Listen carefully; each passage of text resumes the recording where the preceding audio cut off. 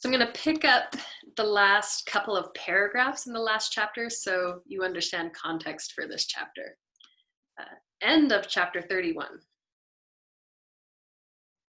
What, said Arthur slowly and hushly, happened last night?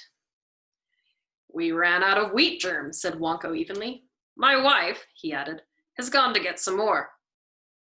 He seemed lost with his own thoughts for a moment. And what happened then? Said Fenchurch in the same breathless tone. I washed it, said Wonko. I washed it very carefully, very, very carefully, removing every last speck of wheat germ. Then I dried it slowly with a lint-free cloth. Slowly, carefully, turning it over and over. Then I held it to my ear. Have you held one to your ear? They both shook their heads, again slowly, again dumbly. Perhaps, he said, you should. Chapter 32. The deep roar of the ocean. The break of waves on farther shores than thought can find. The silent thunders of the deep. And from among it, voices calling, and yet not voices. Humming trillings, wordlings, and half-articulated songs of thought.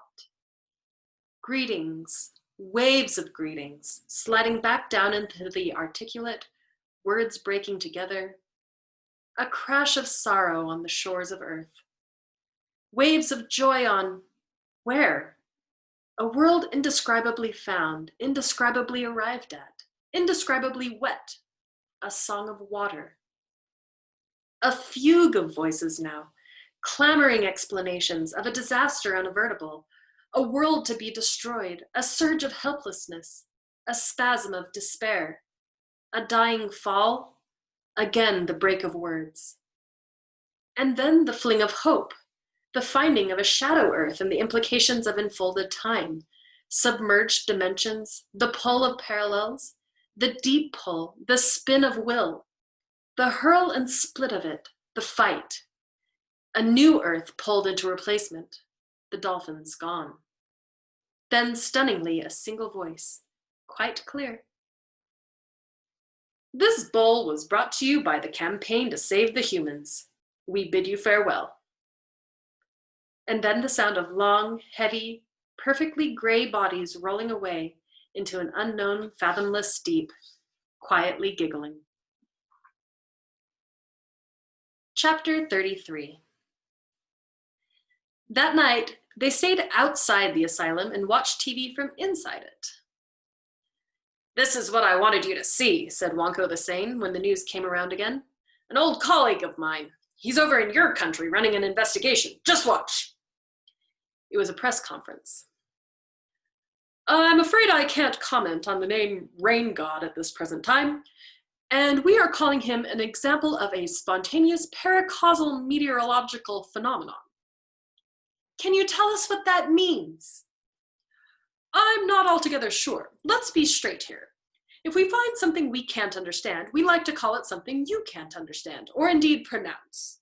I mean, if we just let you go around calling him a rain god, then that suggests that you know something we don't, and I'm afraid we couldn't have that. No, first we have to call it something which says it's ours, not yours. Then we set about finding some way of proving it's not what you said it is, but something we say it is. And if it turns out that you're right, you'll still be wrong because we will simply call him super normal, not paranormal or supernatural, because you think you know what those mean now. So no, now a super normal incremental precipitation inducer. We'll probably want to shove a quasi in there somewhere to protect ourselves. Rain god? Huh, never heard such nonsense in my life. Admittedly, you wouldn't catch me going on holiday with him. Thanks, that'll be all for now, other than to say hi to Wonko if he's watching. Chapter 34. On the way home, there was a woman sitting next to them on the plane who was looking at them rather oddly. They talked quietly to themselves. I still have to know, said Fenchurch, and I strongly feel that you know something that you're not telling me. Arthur sighed and took out a piece of paper. Do you have a pencil? He said. She dug around and found one. What are you doing, sweetheart? She said, after he had spent 20 minutes frowning, chewing the pencil, scribbling on the paper, crossing things out, scribbling again, chewing the pencil again, and grunting irritably to himself. Trying to remember an address someone once gave me. Your life would be an awful lot simpler, she said, if you bought yourself an address book. Finally, he passed the paper to her. You look after it, he said. She looked at it. Among all the scratchings and crossings out were the words Quentulus Quasgar Mountains, Severbu Prestri, Planet of Prelium Terran, Sanzars, Galactic Sector QQ7, Active J Gamma. And what's there? Apparently, said Arthur, it's God's final message to his creation. That sounds a bit more like it, said Fenchurch. How do we get there? You really? Yes, said Fenchurch firmly. I really want to know. Arthur looked out of the little scratchy plexiglass window at the open sky outside. Excuse me, said the woman who had been looking at them rather oddly, suddenly. I hope you don't think I'm rude. I get so bored on these long flights. It's nice to talk to somebody. My name's Enid Capelson. I'm from Boston. Tell me, do you fly a lot? Chapter 35.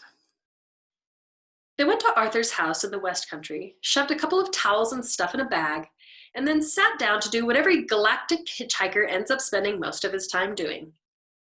They waited for a flying saucer to come by. A friend of mine did this for 15 years, said Arthur one night as they sat forlornly watching the sky. Who was that? Called Ford Prefect.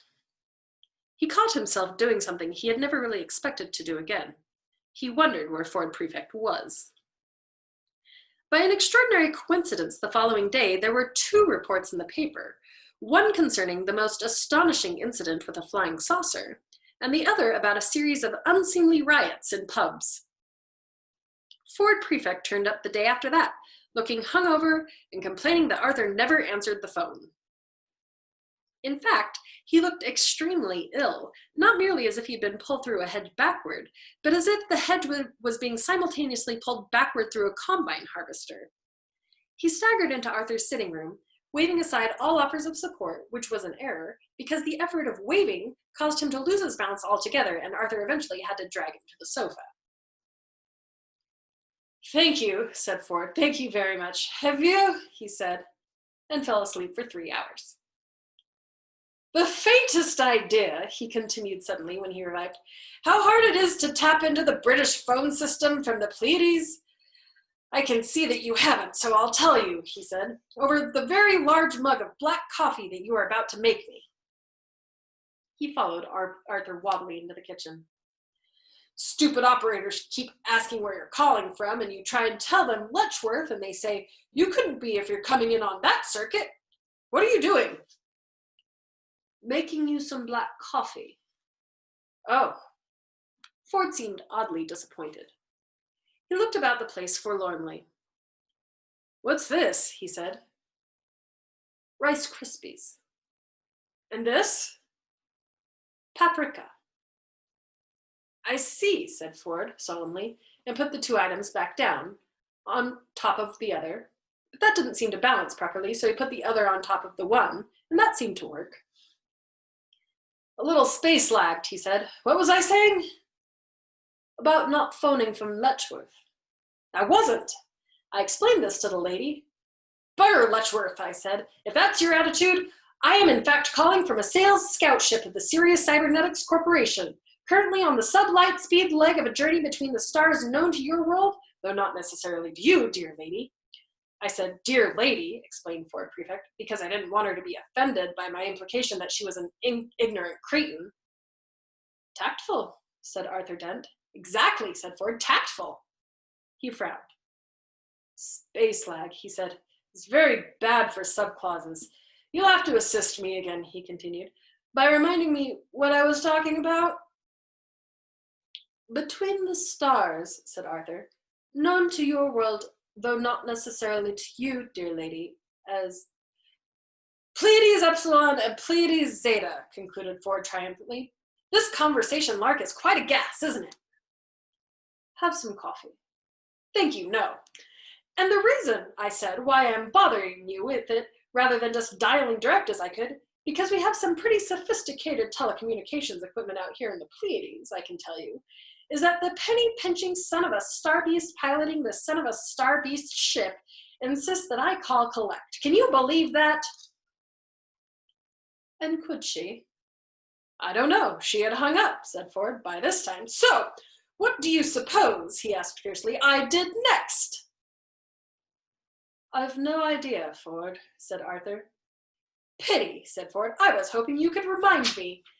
I really hate those guys, you know. They really are the creeps of the cosmos, buzzing around the celestial infinite with their junky little machines that never work properly, or when they do, perform functions that no sane man would require of them, and, he added savagely, go beep to tell you when they've done it.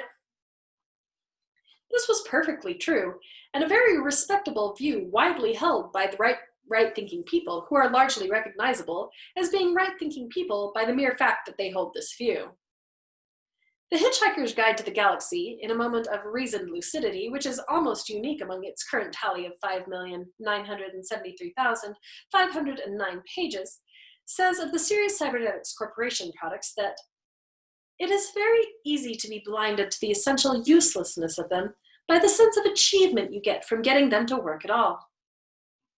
In other words, and this is the rock-solid principle on which the whole of the corporation's galaxy-wide success is founded, their fundamental design flaws are completely bidden by their superficial design flaws.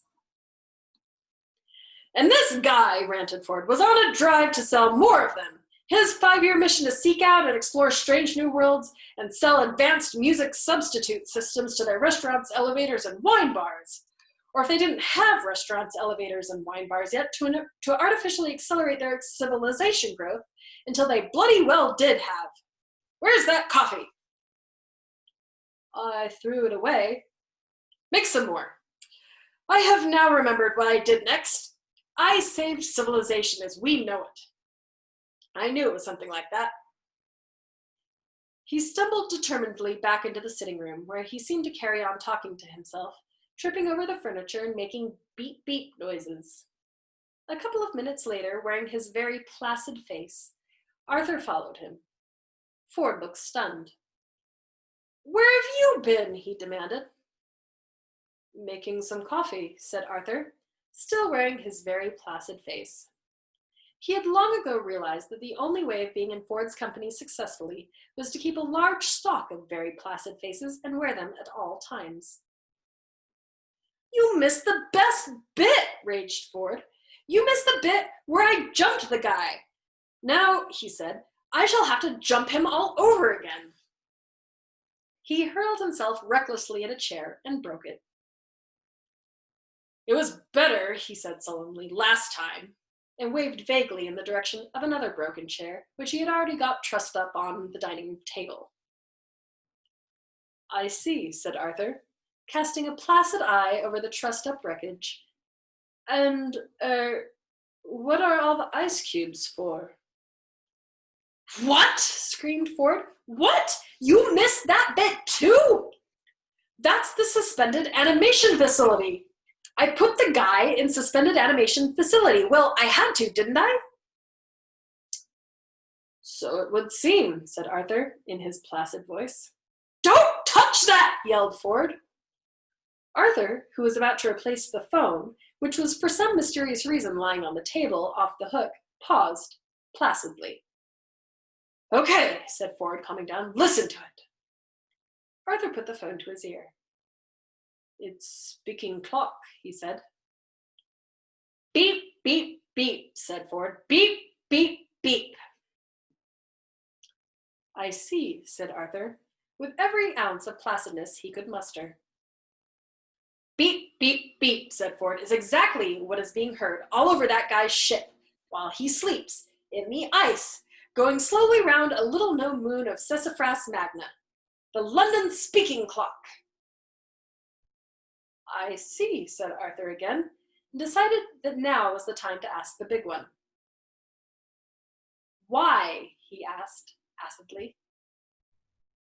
With a bit of luck, said Ford, the phone bill will bankrupt the buggers. He threw himself, sweating, onto the sofa. Anyway, he said, dramatic arrival, don't you think? Chapter 36. The flying saucer in which Ford Prefect had stowed away had stunned the world. Finally, there was no doubt, no possibility of mistake, no hallucinations, no mysterious CIA agents found floating in reservoirs. This time it was real. It was definite. It was quite definitely definite. It had come down with a wonderful disregard for anything beneath it, and crushed a large area of some of the most expensive real estate in the world, including much of Harrod's. The thing was massive, nearly a mile across, some said, dull silver in color, pitted, scorched, and disfigured with the scars of unnumbered vicious space battles fought with savage forces by the light of suns unknown to man. A hatchway opened, crashed down through the Harrod's food halls, demolished Harvey Nichols, and with a final grinding scream of tortured architecture, toppled the Sheraton Park Tower. After a long, heart-stopping moment of internal crashes and grumbles of rending machinery, there marched from it, down the ramp, an immense silver robot, 100 feet tall. It held up a hand. I come in peace, it said, adding after a long moment of further grinding, take me to your lizard. Ford Prefect, of course, had an explanation for this, as he sat with Arthur and watched the non-stop frenetic news reports on television, none of which had anything to say other than to record that the thing had done this amount of damage, which was valued at that amount of billions of pounds, and had killed this totally other number of people, and then say it again, because the robot was doing nothing more than standing there, swaying very slightly, and emitting short, incomprehensible error messages. It comes from a very ancient democracy, you see. You mean it comes from a world of lizards? No, said Ford, who by this time was a little more rational and coherent than he had been, having finally had the coffee forced down him. Nothing so simple. Nothing anything like so straightforward. On its world, the people are people. The leaders are lizards. The people hate the lizards, and the lizards rule the people. Odd, said Arthur. I thought you said it was a democracy. I did, said Ford. It is. So, said Arthur, hoping he wasn't sounding ridiculously obtuse, why don't the people get rid of the lizards? It honestly doesn't occur to them, said Ford. They've all got the vote, so they all pretty much assume that the government they voted in more or less approximates to the government they want. You mean they actually vote for the lizards? Oh yes, said Ford with a shrug, of course.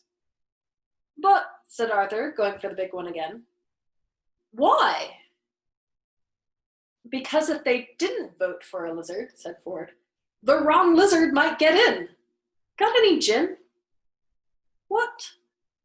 I said Ford, with an increasing air of urgency creeping into his voice, have you got any gin?